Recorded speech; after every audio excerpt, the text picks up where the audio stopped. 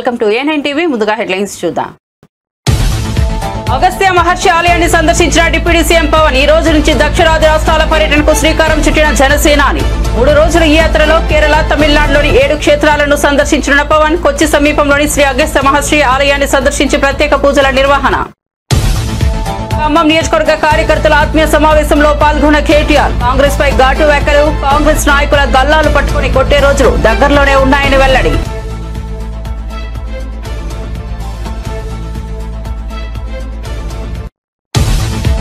ప్రజల కోసం బటన్లు నొక్కిన మనకే ఈ పరిస్థితి వస్తే జగన్ చరిత్రలో ఎప్పుడూ చూడని విధంగా వైసీపీ పాలన సాగిందన్న జగన్ 2.0లో ప్రతి కార్యకర్తకు అండగా ఉంటానని హామీ. ప్రజలను మోసం చేసిన చంద్రబాబు చీటర్ కాదా అని ప్రశ్న.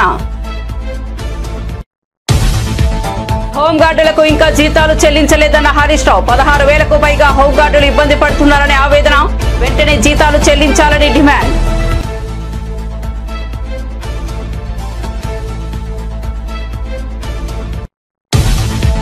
చిరంజీవి ఆ మాటలు ఏ ఉద్దేశంతో అన్నారో అన్న యాంకర్ శ్యామల. చిరంజీవి చేసిన వ్యాఖ్యలపై వైసీపీ అధికార ప్రతినిధి శ్యామల స్పందన. వారసుడంటే కొరికే అవుతాడా, కూతురు కాదా అంటూ శ్యామల వ్యాఖ్యలు. ఇటువంటి ఆలోచన ధోరణి నుంచి బయటకు రావాలని వెల్లడి. వార్త వివరాల్లోకి వెళ్తే తిరుమల లడ్డూ కల్తీ వ్యవహారంలో దోషులను అరెస్ట్ చేయడం సంతోషకరమని ఉప ముఖ్యమంత్రి జనసేన అధ్యక్షుడు పవన్ కళ్యాణ్ అన్నారు. భవిష్యత్తులో ఇటువంటి ఘటనలు పునరావృతం కాకుండా ప్రభుత్వం కట్టుదిట్టమైన చర్యలు తీసుకోవాలని సూచించారు. భక్తుల మనోభావాలను కాపాడాల్సిన బాధ్యత అందరిపై ఉందని, ఆలయ పరిరక్షణపై రాజీ పడలేమని పేర్కొన్నారు. దక్షిణ భారతదేశంలోని ఆలయాల సందర్శన పూర్తిగా వ్యక్తిగత విషయమని ఆయన స్పష్టం చేశారు. కేరళలోని శ్రీ అగస్త్య మహర్షి ఆలయాన్ని దర్శించిన పవన్ కళ్యాణ్ ప్రత్యేక పూజలు నిర్వహించారు. ఈ సందర్శనలో ఆయన కుమారుడు అఖిరానందన్, టీటీడీ సభ్యుడు ఆనంద్ సాయి పాల్గొన్నారు.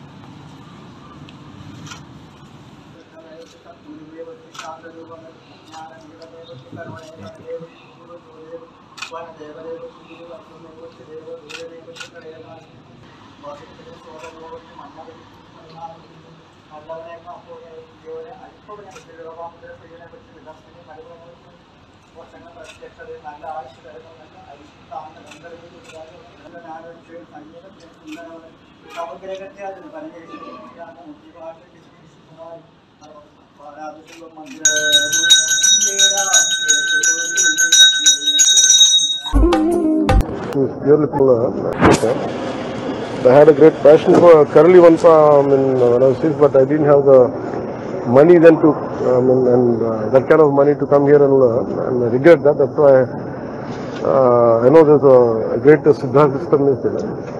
Is this purely a pilgrim visit? Yeah, it is purely pilgrimage, and coming here to Agastya Ashram, I have a lot of spinal injuries. I have a whiplash injury, and it is causing a lot of numbness and some issues are there. So I extended as a kind of to seek a medical advisor. Okay. But this is predominantly I'm going for this is the last 4.5 years I've been thinking to come to this part of Kerala and Tamil Nadu to visit all Murugan temples and Agastya Ashram and Parshrama Ashram to pay my respects and to seek blessing. Even though this is a pilgrim visit, many say that as part of a BJP South campaign for the upcoming constituent elections. Is this true? No. No. Maybe it might be read like that, but actually it is not. Okay, now I want to say that there's a Tirupati Laddu issue. Many devotees are going to Tirupati on a daily basis, and 4 of arrested by the SIT team. So, what do you want to say to the devotees that is going to Tirupati from Kerala? I said, so Lord Balaji is for the entire, every Hindu, every nook and corner of this nation in the world, and especially for from Kerala, a lot of devotees would come.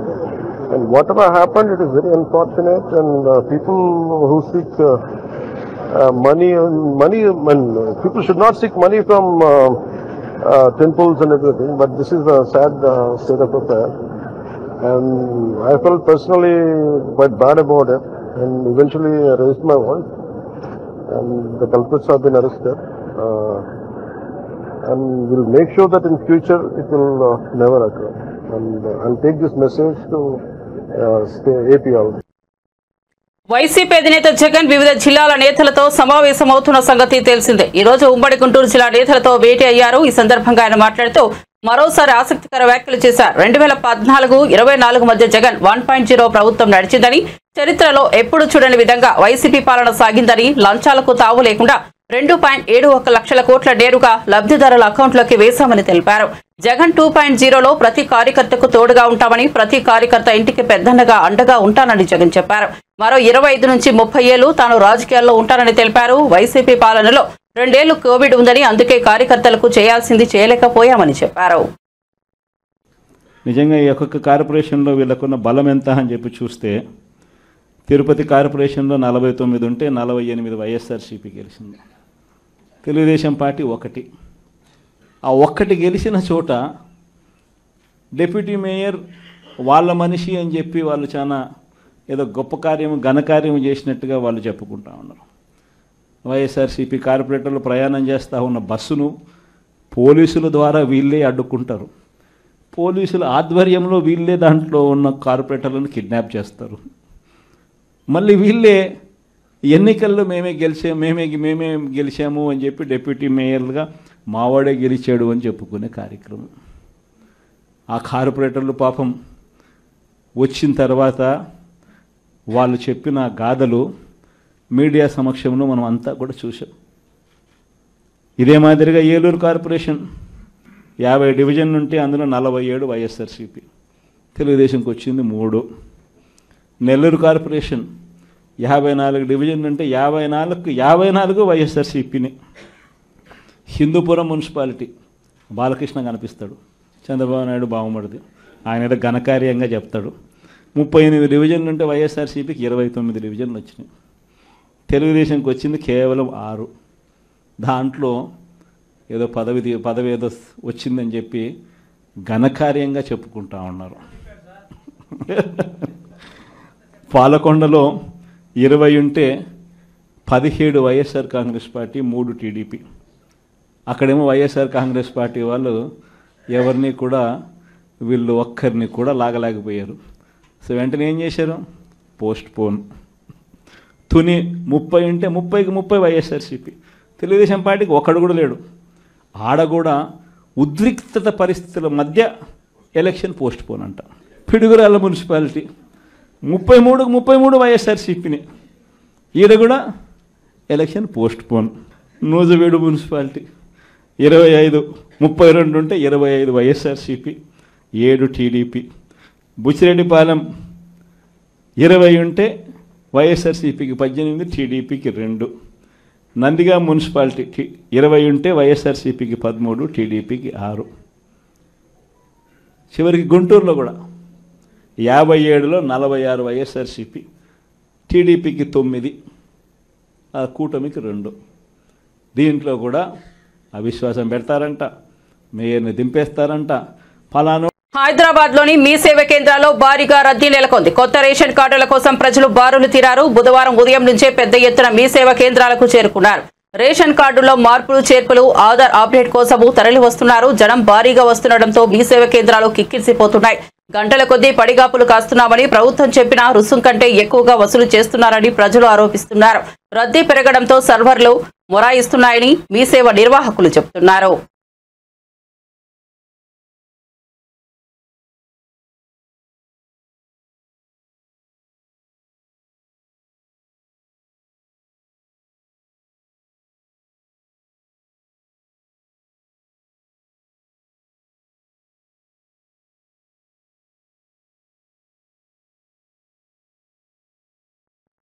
Congress ప్రభుత్వం ఇచ్చిన హామీలు నెరవేరక ప్రజలు అసంతృప్తి వ్యక్తం చేస్తున్నారని BRS working president KTR విమర్శించారు. కళ్యాణ లక్ష్మి చెక్కులు ఇస్తున్న కాంగ్రెస్ ఎమ్మెల్యేలను మహిళలు తులం బంగారం ఎక్కడ ఉందని నిలదీస్తున్నారని తెలిపారు.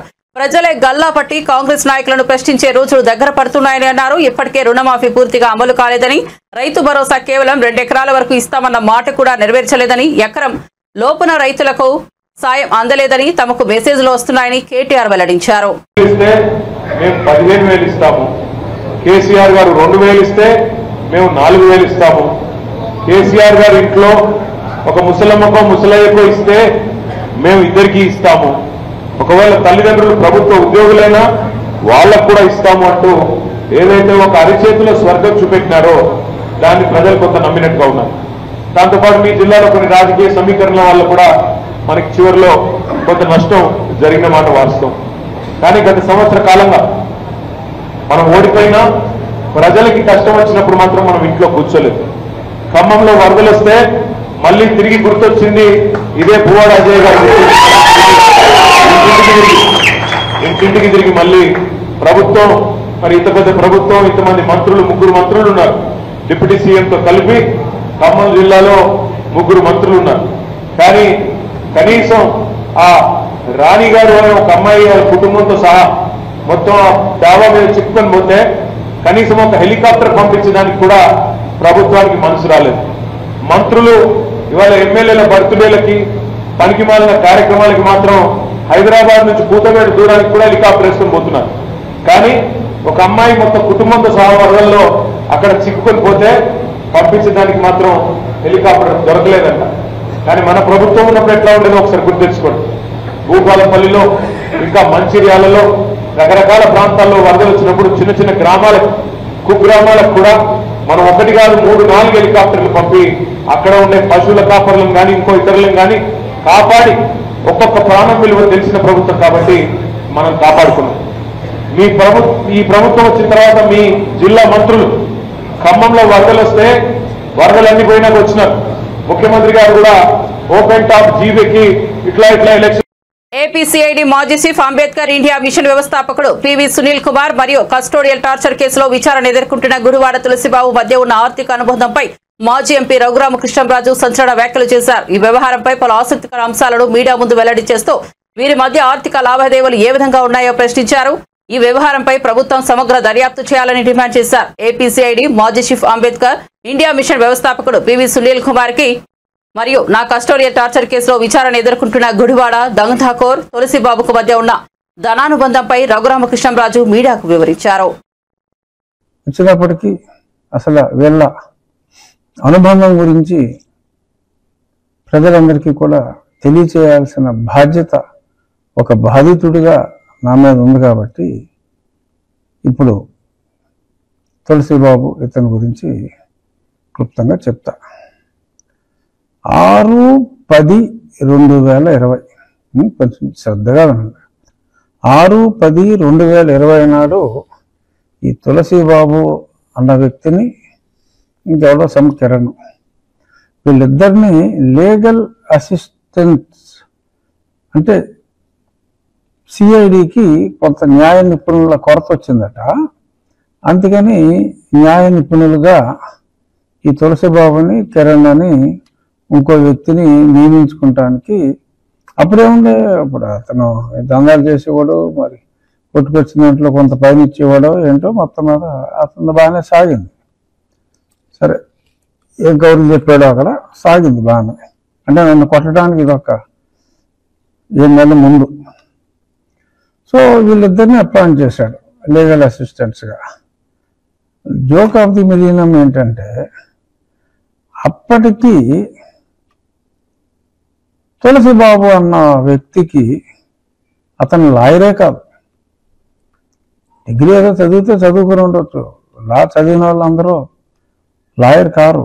ఎందుకంటే ఒక అడ్వకేట్ అవ్వాలి అంటే దానికి బార్ కౌన్సిల్ రిజిస్ట్రేషన్ ఉండాలి, ఇవన్నీ ఉండాలి, ఎన్రోల్మెంట్ ఉండాలి. అప్పుడైతే కానీ తర్వాత పరీక్షలు రాయాలి. ఏబి 2011 తర్వాత లాయర్లు అయిన వాళ్ళందరికీ ఒక పరీక్ష ఉంటుంది, ఆ పరీక్ష కూడా రాయాలి. ఇతను లాయర్కి ఇవ్వాల్సిన ఒక లాయర్ని అపాయింట్ చేస్తున్నామని చెప్పి అప్పటికి ఎన్రోల్మెంట్ కూడా లేని ఈ వ్యక్తిని, అంటే బేసిక్గా గుండాగిరి చేసేవాడు, ఈ గుండాగిరి చేసేవాడిని అపాయింట్ చేసుకున్నాడు. ఎందుకంటే నేను గతంలో చాలాసార్లు చెప్పా కలెక్షన్కి వాడతాడు ఇతన్నాను, అంటే పర్సనాలిటీ చూసి భయపడి డబ్బులు ఇస్తారని ఏంటో కలెక్షన్కి వాడేవాడు. సో ఆ కలెక్షన్ కింగ్ని లాయర్ చేసి లెజిటిమైజ్ చేస్తే అతనికి ఒక బండి ఇవ్వచ్చు, ఆ బండిలో క్యాష్ తెచ్చుకోవచ్చు. మరి ఇటువంటి ఇత్యాదులన్నీ కూడా బహుశా పరిగణలోకి తీసుకుని అతన్ని లాయర్గా, అడ్వకేట్గా, లీగల్ అసిస్టెంట్ అనే పేరుతో ఒక ఆర్డర్ ఇచ్చాడు. రాష్ట్ర అభివృద్ధికి స్వర్ణాంధ్ర 2047 విజన్ అనుసరించి 15% వృద్ధి రేటును సాధించడానికి తలసరి ఆదాయం $42,000 పెంచే లక్ష్యంగా ఎటువంటి చర్యలు చేపట్టాలో మేధోమథనాన్ని తీవ్రతరం చేసి పటిష్టమైన ప్రణాళికలతో ముందుకు వెళ్లాలని ముఖ్యమంత్రి చంద్రబాబు నాయుడు ఆదేశించారని సమాచార పౌర సంబంధాల శాఖ మంత్రి కొలుసు పార్థసారథి చెప్పారు. 2047 నాటికి ఆంధ్రప్రదేశ్లో $2.4 ట్రిలియన్ జీఎస్డీపీ ఆర్థిక వ్యవస్థగా మార్చాలని, తలసరి ఆదాయం $42,000 పెంచాలనే లక్ష్యంతో 2025-26 బడ్జెట్ రాష్ట్ర సమగ్ర అభివృద్ధికి దోహదపడేలా రూపొందించాలని సూచించారని చెప్పారు. వృద్ధికి దోహదపడే ప్రాజెక్టులు గుర్తించి వాటిని ప్రత్యేక పోర్టల్ ద్వారా ట్రాక్ చేయడానికి కూడా మరి ఆలోచించాలని చెప్పేసి కూడా మరి సందర్భంగా చర్చించడం జరిగిందని చెప్పేసి మనం చేస్తాను. అదేవిధంగా ఫిర్యాదుల పరిష్కార వ్యవస్థ పనితీరుపై మరి ముఖ్యమంత్రి గారు చాలా క్రిటికల్గా కూడా సమీక్షించడం జరిగింది. ముఖ్యంగా revenue, home, Panchayati Raj, civil supplies విభాగాల్లో ఎక్కువగా సమస్యలు ఉన్నట్లు గుర్తించడం జరిగింది. దీంట్లో కొన్ని లీగల్గా ఉన్నా కూడా రిపీటెడ్గా కొన్ని సమస్యలు ఎక్కువ వస్తూ ఉన్నాయి. అంటే ఎక్కువగా ఉన్నాయని కాదు, కానీ ఇది ప్రజా సంబంధమైన డిపార్ట్మెంట్స్ కాబట్టి దీంట్లో ఎక్కువగా వస్తూ ఉన్నాయి. వాళ్ళు ఎక్కువ ఫిర్యాదులను కూడా పరిష్కరించడం జరిగింది. కాకపోతే గత 5 సంవత్సరాల్లో ఇటువంటి సమస్యలకి పరిష్కారం లభించలేదు కాబట్టి ఎక్కువగా రావటం జరుగుతుంది. వాటన్నిటిని కూడా మరి బాధ్యతగా మరి పరిష్కరించాలని చెప్పేసి కూడా ఆదేశించడం జరిగిందని చెప్పేసి మనం చేస్తాను. అదేవిధంగా పెన్షన్ పంపిణీ, అన్న క్యాంటీన్లు, ధాన్యం కొనుగోలు, దేవాలయ సేవలపై ప్రజల అభిప్రాయాన్ని సేకరించడం జరిగింది. ఐఎన్పిఆర్ డిపార్ట్మెంట్ ప్రత్యేకంగా ఈ వ్యవస్థలకు సంబంధించి ప్రజల అభిప్రాయాన్ని, ప్రజల యొక్క సాటిస్ఫాక్షన్ లెవెల్స్ని చాలా స్పష్టంగా తెలుసుకోవడం జరిగింది. ఫోన్స్ ద్వారా కానివ్వండి, ఐవీఆర్ఎస్ ద్వారా కానివ్వండి తెలుసుకోవడం జరిగింది. దాని మీద కూడా సమావేశంలో చర్చ జరిగిందని చెప్పేసి మనం చేస్తా ఉన్నాం. నిరంతరం ప్రజల అభిప్రాయాలు తెలుసుకుని ప్రజల అభిప్రాయాలకి కారణాలు ఏమిటో, అంటే వాళ్ళు ఏదన్నా సాటిస్ఫాక్షన్గా లేకపోతే వాటికి కారణాలు ఏమిటో, ఆ కారణాలకు ముందు పునరావృతం కాకుండా ఉండే ఏ విధంగా చర్యలు తీసుకోవాలో ఆ డిపార్ట్మెంట్స్ కూడా మరి కృషి చేయాలని చెప్పేసి కూడా స్పష్టంగా తెలియజేయడం జరిగిందని చెప్పేసి మనం చేస్తాను. ముఖ్యంగా పెన్షన్లు ఇచ్చేటప్పుడు పెన్షన్లు ఇచ్చే అధికారులు కానీ ఎవరైతే సిబ్బంది ఉన్నారో వాళ్ళ వ్యవహార తీరు ఏ విధంగా ఉంది, వాళ్ళు పెన్షన్ లబ్ధిదారులతో ఏ విధంగా ప్రవర్తిస్తూ ఉన్నారో వాటన్నిటి మీద కూడా మరి క్షుణ్ణంగా పరిశీలించాలని చెప్పేసి కూడా ఆదేశాలు ఇవ్వడం జరిగిందని చెప్పేసి నేను మనం చేస్తాను. ఏ విధంగా అయితే కేంద్ర ప్రభుత్వ స్థాయిలో కేంద్ర ప్రభుత్వం కింద పిఎంజి ప్రాజెక్ట్స్ మానిటరింగ్ గ్రూప్ విధానం ఏదైతే ఉందో, ఏదైతే పెద్ద ప్రాజెక్టులు మానిటరింగ్ చేస్తాం, ఆ ప్రాజెక్టులు అమలు చేయటంలో ఎదుర్కొనబడే సమస్యలు ఏదైతే ఫర్ ఎగ్జాంపుల్ ఎన్విరాన్మెంట్. ప్రముఖ సినీ నటులు రష్మిక మందన, విక్కీ కౌశల్ మహారాష్ట్రలోని షిరిడి సాయిబాబా ఆలయాన్ని సందర్శించారు. ఈ సందర్భంగా వారు సాయిబాబా ఆలయంలో ప్రత్యేక పూజలు నిర్వహించి స్వామివారి ఆశీర్వాదాలు పొందారు. సినిమా షూటింగ్ ప్రమోషన్ల నడుమ ఆలయాన్ని సందర్శించిన వీరి ఫోటోలు ప్రస్తుతం సోషల్ మీడియాలో వైరల్ అవుతున్నాయి.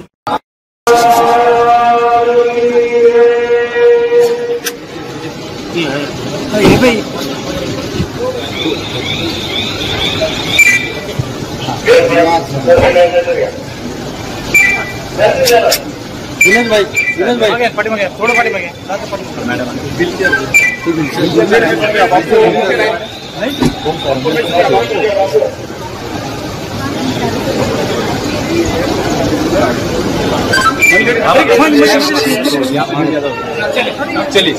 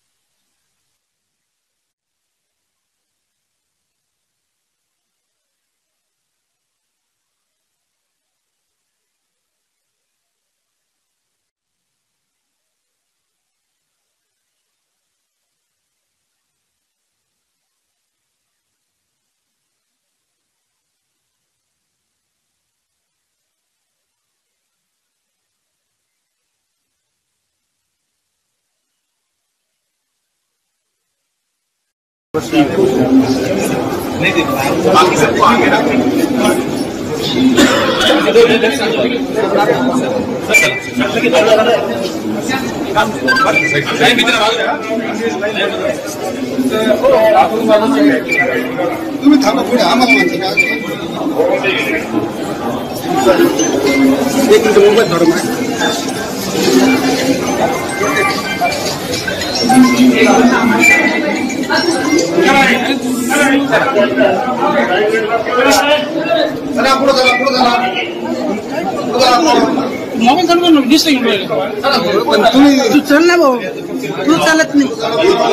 నెలలో 12 రోజులు గడుస్తున్నా హోంగార్డులకు ప్రభుత్వం జీతాలు చెల్లించలేదని బీఆర్ఎస్ ఎమ్మెల్యే హరీష్ రావు విమర్శించారు. ప్రభుత్వ తీరు వల్ల రాష్ట్రంలోని 16,000కు పైగా హోంగార్డులు తీవ్ర ఇబ్బంది ఎదుర్కొంటున్నారని అన్నారు.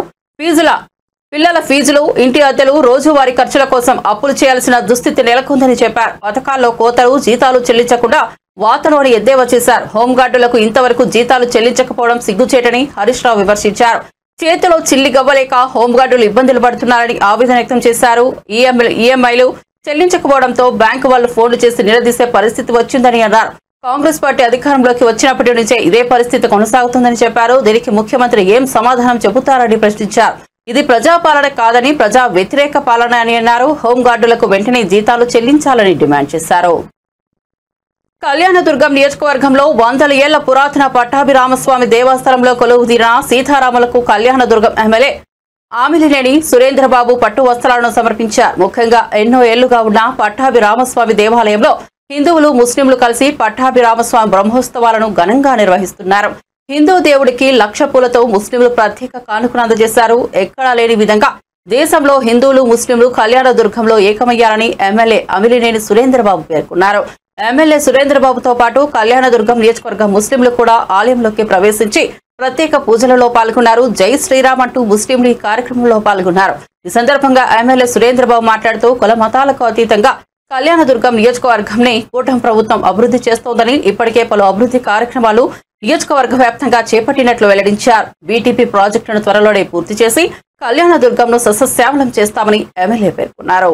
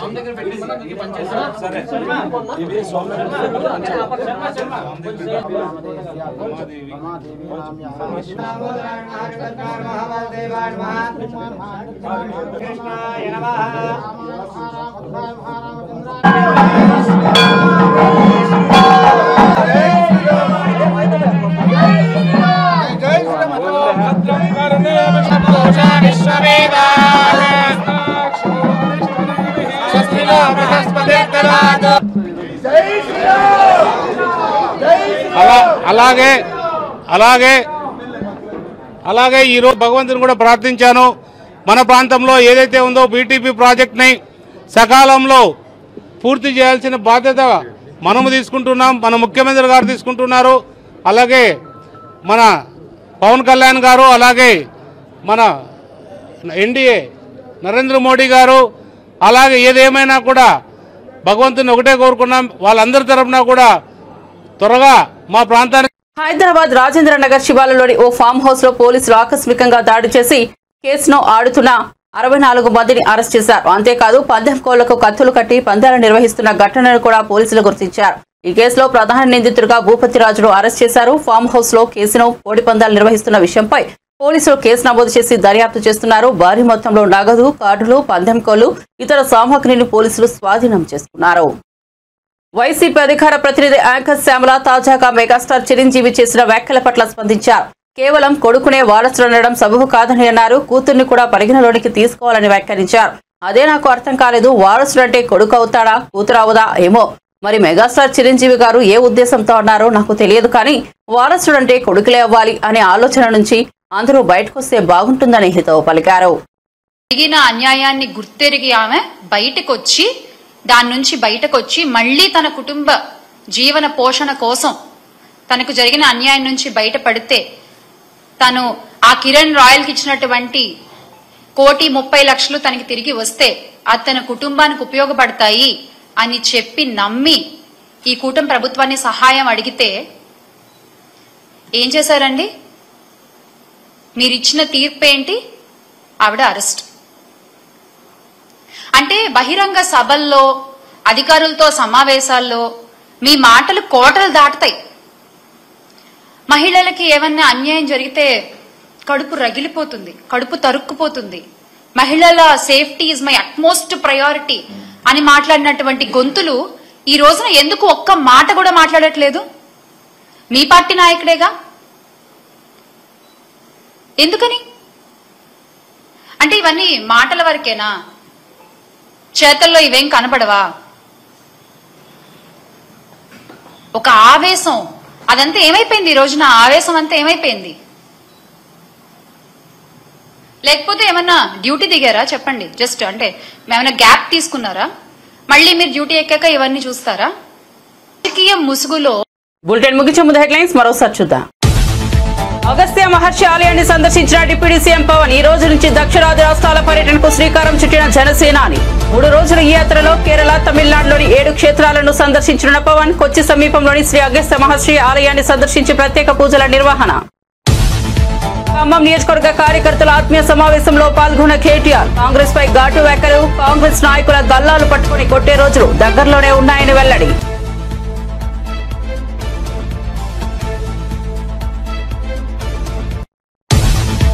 ప్రజల కోసం బటన్లు నొక్కిన మనకే ఈ పరిస్థితి వస్తే జగన్ చరిత్రలో ఎప్పుడూ చూడని విధంగా వైసీపీ పాలన సాగిందన్న జగన్.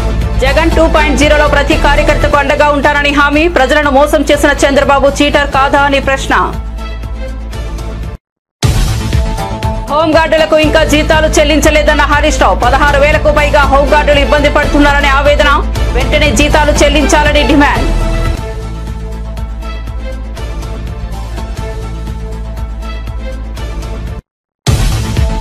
చిరంజీవి ఆ మాటలు ఏ ఉద్దేశంతో అన్నారో అన్న యాంకర్ శ్యామల. చిరంజీవి చేసిన వ్యాఖ్యలపై వైసీపీ అధికార ప్రతినిధి శ్యామల స్పందన.